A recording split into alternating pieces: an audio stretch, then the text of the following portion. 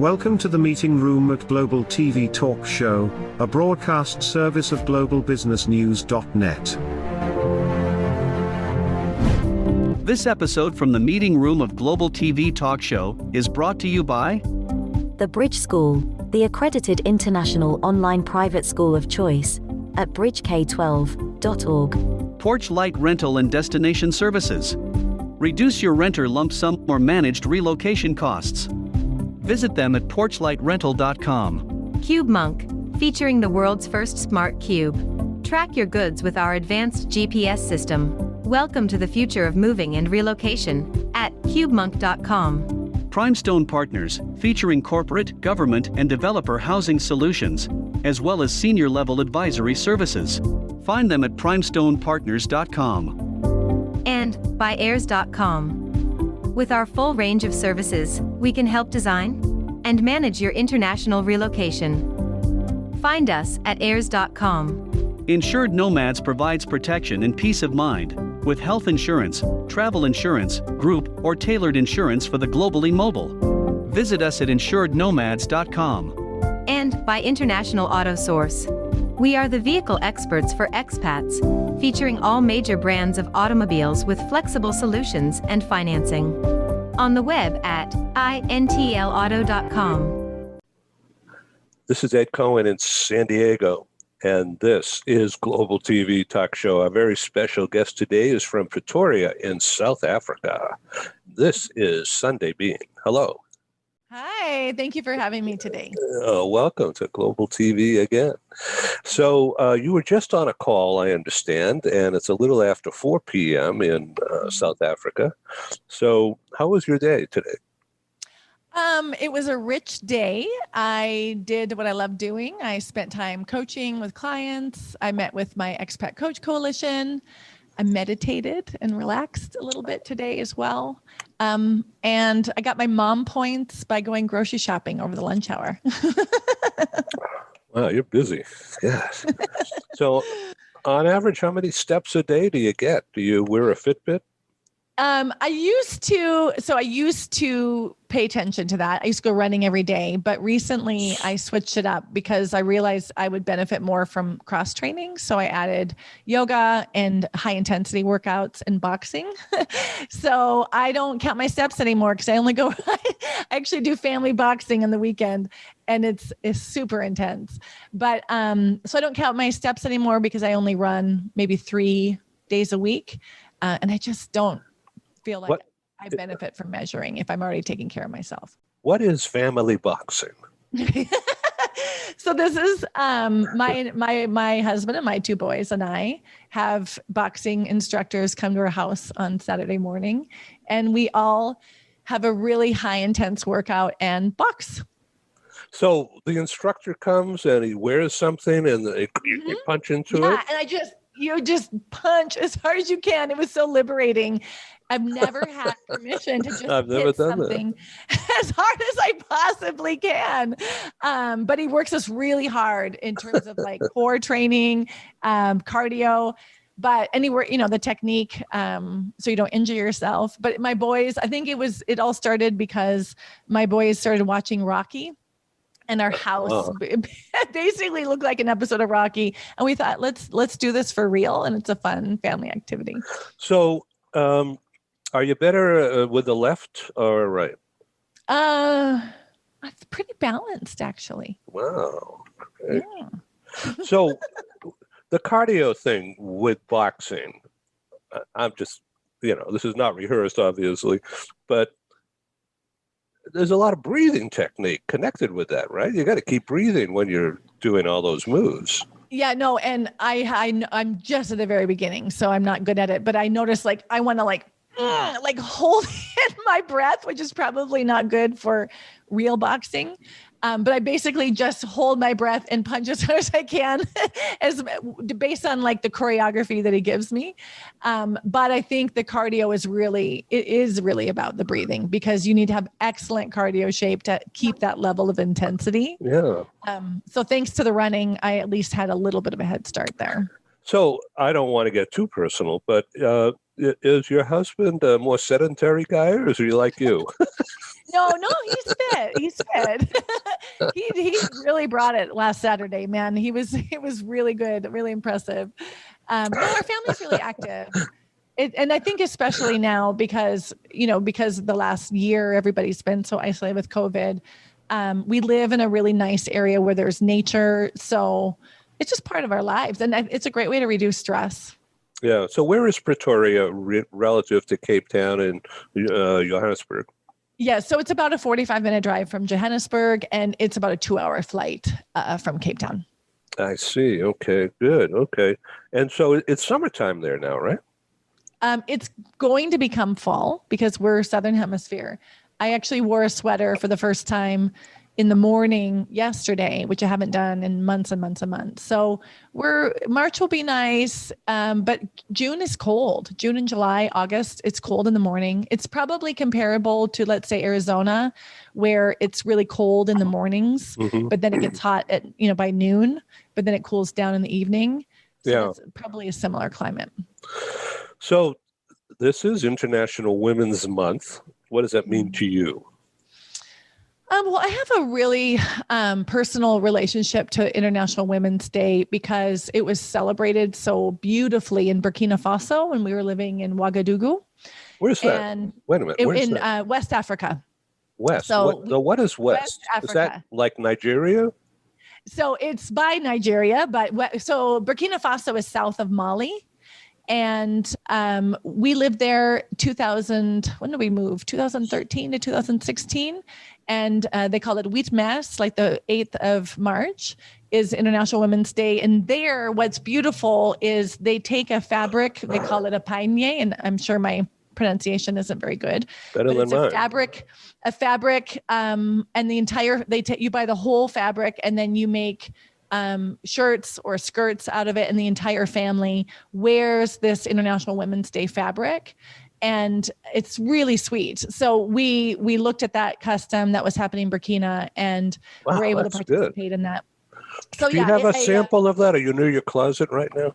I have no, it's upstairs, but I do have some fabric. I can send you a picture afterwards. Yeah, why don't you do that? Because we'll get that on the screen. Yeah. Okay, so So this is your husband's dragging you around, and so is he in the minerals business or something? No. He works.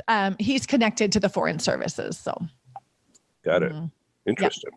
Yeah, and but so I have to sort of put something in framing here. When you say when he's driving me around, in terms of why we're in South Africa, or West Africa. Yeah, we're in South Africa now, right? Yeah. That was West Africa. That goes to the idea of being an accompanying partner, right? So someone who one has a lead assignment, the other one has is the accompanying partner. I really resist. Some people call them trailing spouses. Oh, not me. I know it's terrible. So I have a 100% location independent business. So all I need is internet to do my work. Yeah, me too. So it's one of those that concept of trailing, I think, is one that we really try to move away from, because there's so much that the accompanying partner does that is underestimated. And many of them are dual career couples, right? So people are running their businesses full time or are practitioners. So they haven't stopped anything that they were doing. So let's do a deep dive. You have a broadcast, and how are you honoring International Women's Day and month? You know what? I haven't, what I've done on social media is I've picked out some events that people can participate in real life or virtually to celebrate International Women's Month.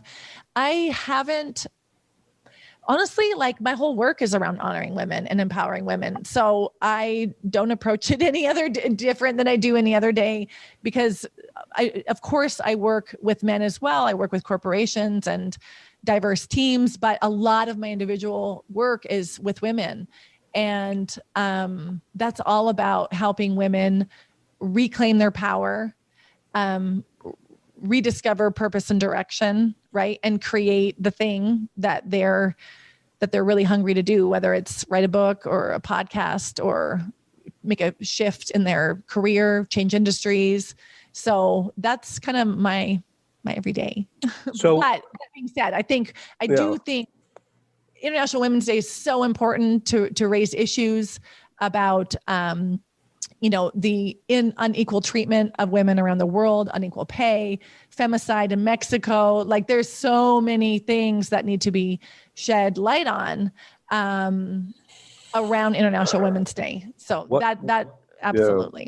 What is femicide in Mexico? What's that? So where women are being killed disproportionately, or it's, I mean, I'm not an expert in it, but there's a lot of places on the planet where women disappear and there's not a lot of justice that's being done. Like we see that with Indigenous communities in Canada.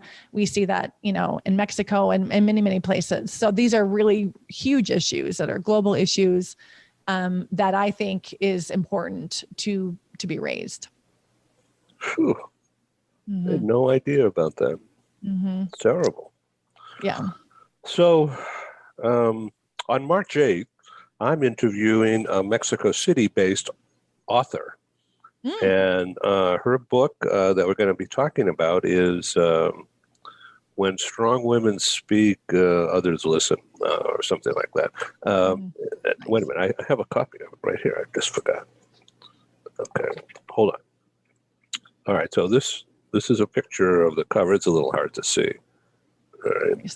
So the title is When Strong Women Speak, Strong Women Listen.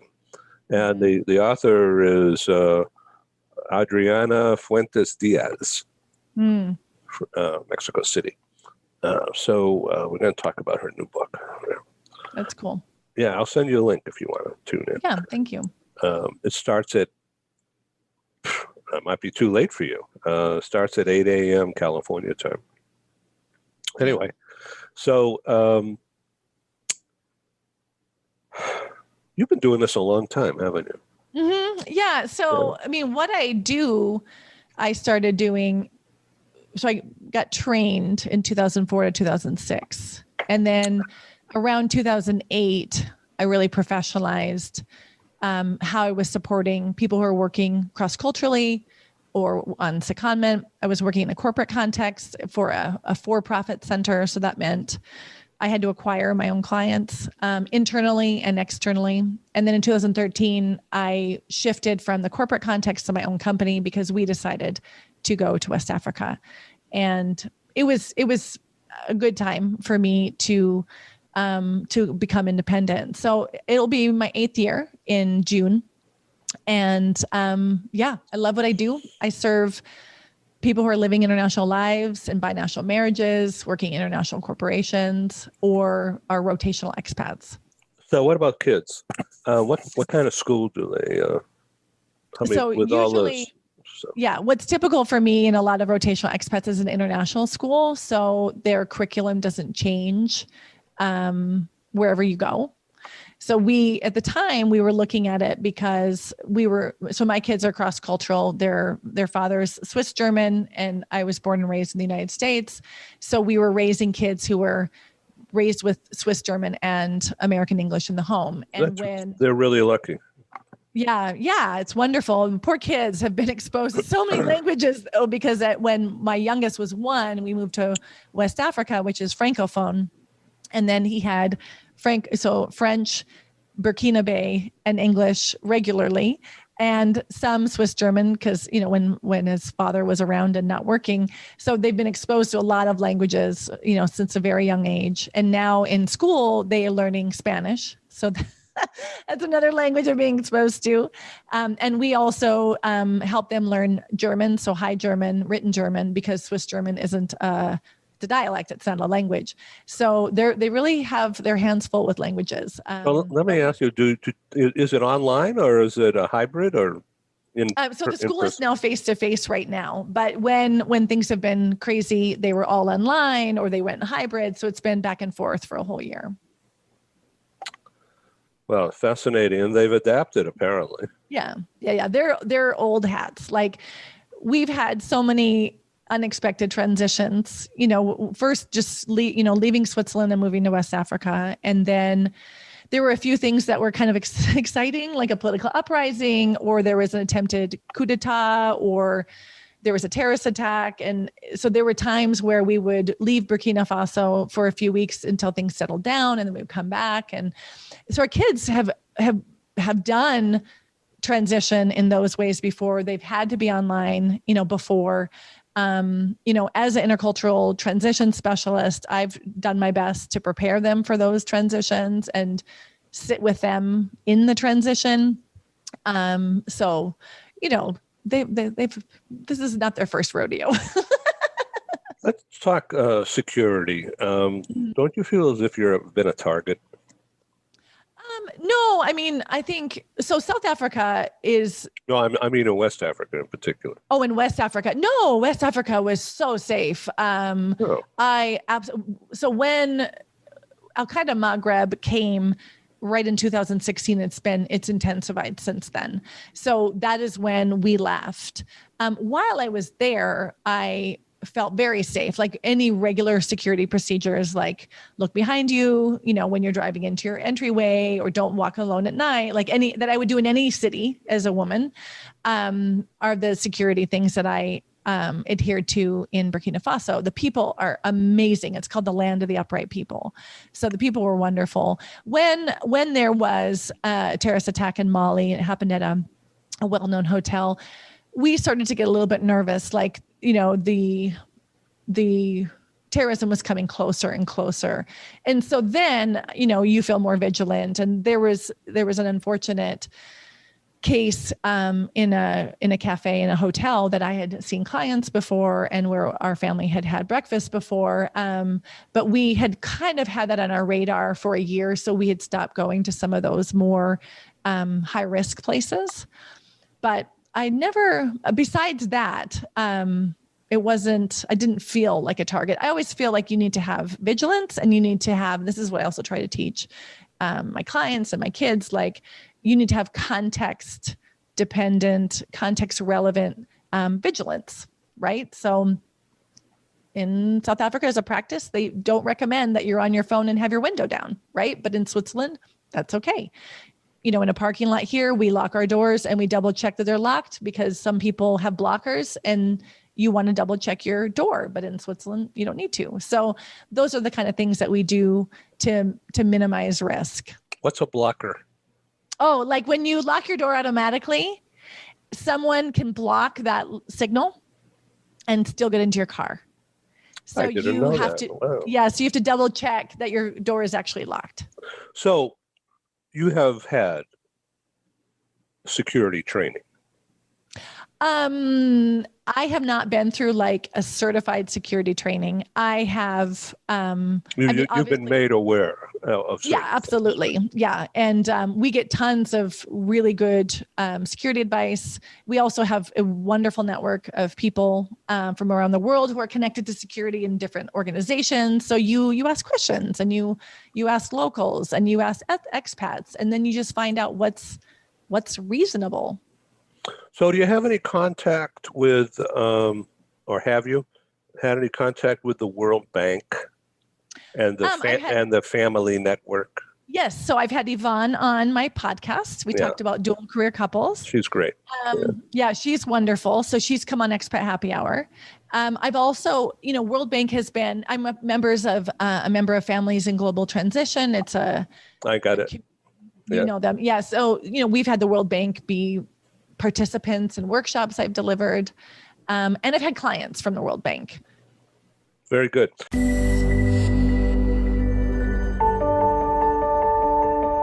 Something that's really neat is that the Bridge School partners with various organizations to provide learning for their students.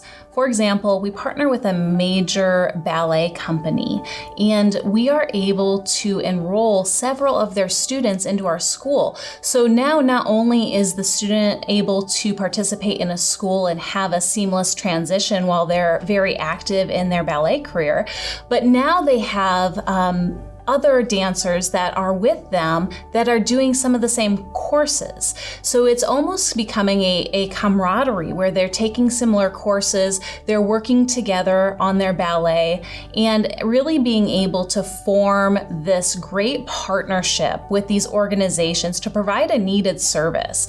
A lot of times there are student athletes who will spend hours and hours at the gym or at the basketball courts, wherever it is. And if they're attending a traditional school, they're in school from 8 to 3. They get a quick snack, and then they're at the gym for 3 to 4 hours in the evening. Coming to us and having that partnership, they're able to break that up throughout the day. They can have a morning practice, get some schooling in, have an afternoon practice, finish their schooling in the evening. So there's that flexibility. And additionally, if there are tournaments or performances, it's fantastic because if there's a week where they have shows straight through, they can take that week off of learning and then pick back up when they're done. So it offers this great flexibility. And for the program owners of these sports leagues, it is a win-win situation for them because they see this need. They see this need that their students need to make sure that they are obtaining the grades necessary to be successful adults in our country and in other countries. But it provides them an environment where they can be successful at both.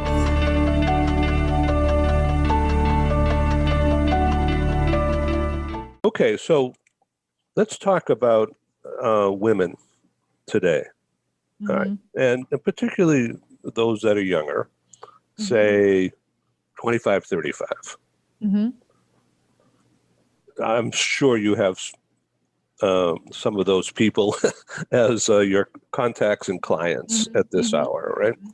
So are they different than people say your age or my age? Well, I hate to generalize because I hate to ask that question, but I think it's so obvious. Because age is one thing, but then there's like cultural background, national background, religious background, all those things, right? But if I think about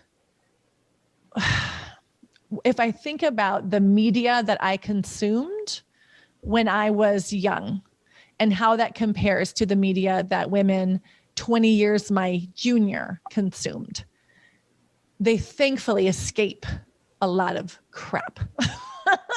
So, I'm a 70s baby. I grew up with MTV, and you can imagine, and all of the movies and the videos that were on there gave a very clear message of what women should be.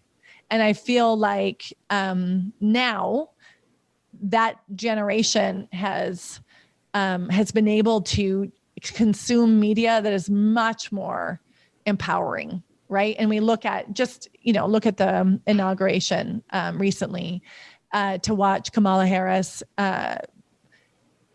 become someone that we look up to as a leader. People were just in tears because it was the first time we'd ever seen a female leader.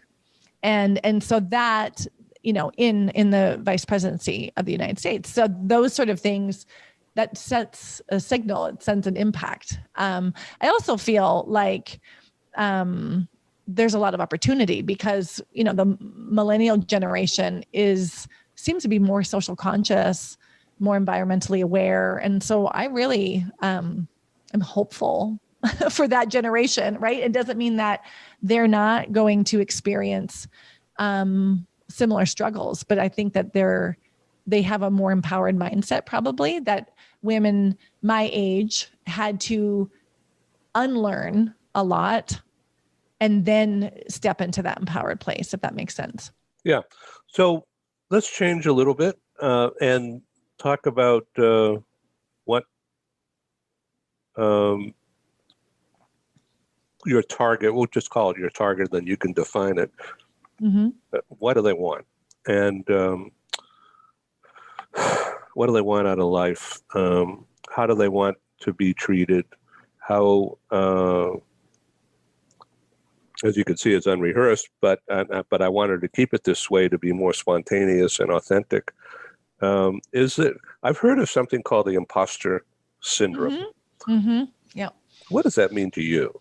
Yeah, it's something that comes up a lot with my clients and with my female clients. So for when someone comes up with the term imposter syndrome and they encounter it for the very first time, I've noticed it can be very validating. Like, oh my God, that's a thing. And so one example was a senior leader that I was coaching, and we were in the coaching process. I had suspected she felt the imposter syndrome based on where she was questioning herself, but where her skills were. And I gave her, I said, hey, have you ever heard of this term? And I introduced it to her, and it was like a total game changer. And it was one of those things where she was doubting whether she should take on this next level leadership position she was tapped for. And we talked about it. And then afterwards she goes, oh yeah, today I just got the highest sales award in like a third of my continent. And I was like, well, that's confirmation. Yeah, right. Like, so she didn't even realize it's like this discrepancy between your confidence and self-worth and the reality of what you actually produce. And that's the most basic way that I explain that to my clients. And the easiest way to get over imposter syndrome is to just look at reality and just write it down and name it and ask your people. And then you realize that this is reality and this is a story that you're telling yourself. So that is, I see it a lot. A lot of things are down to sort of self-worth and self-confidence. And of course, like because of gender socialization and messaging that people have, it's not a big surprise, right? What we do know, the flip side of the imposter syndrome is that it's also a driver for women to strive and do more and to really excel. So I think it's about this healthy humility, like how do I hold confidence and humility? So it's a lot of definitions. I mean, how do you define who you are or how you should be, or if you're worthy, all this stuff sounds silly, but it's real. It is real. And I mean, for people who aren't like into coaching, like I am, really basic way to look at it is your thoughts create your emotions and your emotions create your behaviors, and those behaviors create the impact in your life. Like, it's very simplified, but that's one way to look at it.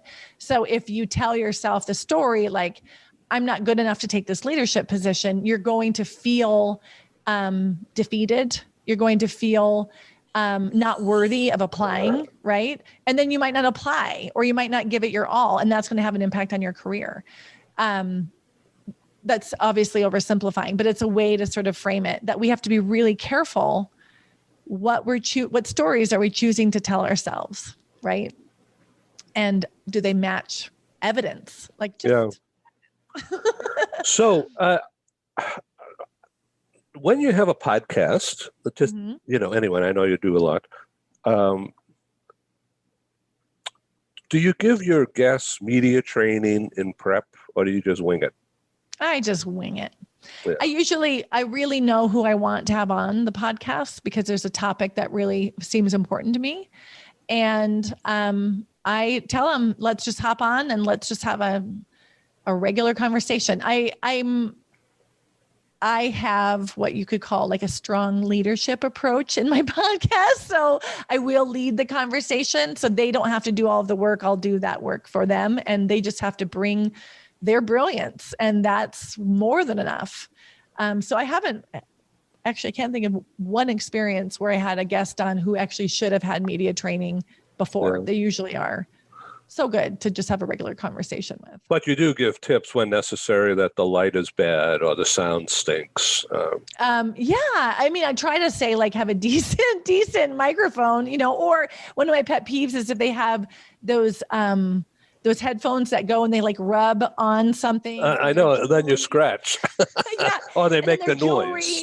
Yeah. Right? Like cling, all the noise. Cling, cling, cling. It's like Christmas That's time. awkward. I had one interview where her jewelry was hitting the table when she talked, and I didn't feel like it was appropriate to interrupt her.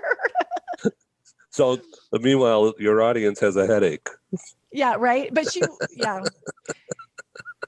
it made sense. She had jewelry on based on the company she worked for. So I didn't dare say anything. Okay. And they're not a sponsor either. So this has been really cool. I thank you for your time here. We could go on and on and on, but we each have things to do, and you got to get ready for dinner. Or do you do your boxing before dinner? I do. I do boxing on Saturday after I've had a power. Yeah. Okay. That's great. A lot of carbs, huh? That's right. Yeah. All right. Well, thanks, Sundae. That's so funny. Yeah. What is your website? Give people. Yeah, people can reach me at sundaebean.com, SUNDAEBEAN. Thanks for being on Global TV. Yeah, thank you. Ciao. Thank you for joining us in the meeting room at Global TV Talk Show. Have a wonderful day, and stay safe.